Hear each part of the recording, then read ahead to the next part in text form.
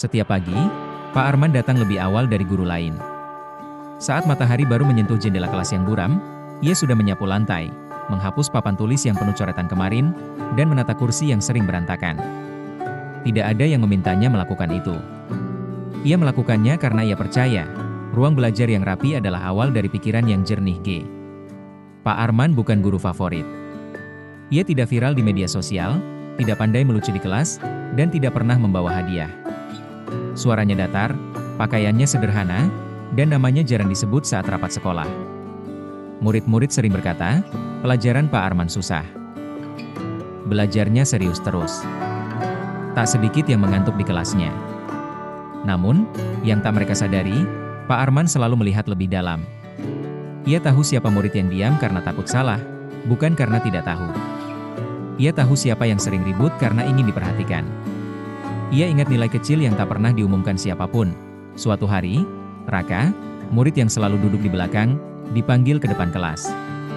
Bukan karena membuat masalah, tapi karena Pak Arman melihat sesuatu di buku catatannya, coretan ide, diagram, dan pertanyaan-pertanyaan kecil di pinggir halaman. Raka, kata Pak Arman pelan, kamu tidak bodoh.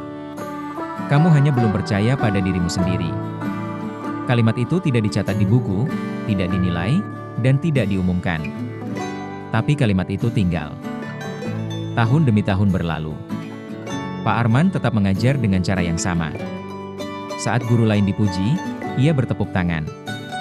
Saat namanya tak disebut, ia tetap tersenyum. Ketika kurikulum berganti, ia belajar ulang. Ketika murid gagal, ia tidak menyerah. Ia tahu, benih tidak tumbuh dalam semalam. Hingga suatu hari, sekolah kedatangan tamu istimewa, seorang pembicara muda, sukses, dan penuh percaya diri. Aula penuh. Spanduk besar dipasang. Nama pembicara itu tertulis jelas. Saat sesi tanya jawab, pembicara itu berhenti sejenak dan berkata, sebelum saya bicara lebih jauh, saya ingin bertanya. Apakah Pak Arman masih mengajar di sini? Aula hening. Beberapa guru saling menoleh. Pak Arman, yang duduk di barisan belakang, terkejut saat namanya disebut. Ia berdiri pelan. Pembicara itu tersenyum, suaranya bergetar. Beliau adalah guru yang pernah berkata pada saya bahwa kegagalan bukan akhir, tapi data untuk belajar. Saat tidak ada yang percaya, beliau percaya. Hari ini saya berdiri di sini karena satu guru, yang dulu sering diabaikan. Tepuk tangan menggema. Ada yang terharu, ada yang menunduk. Pak Arman tidak berkata apa-apa. Ia hanya tersenyum kecil, seperti biasa.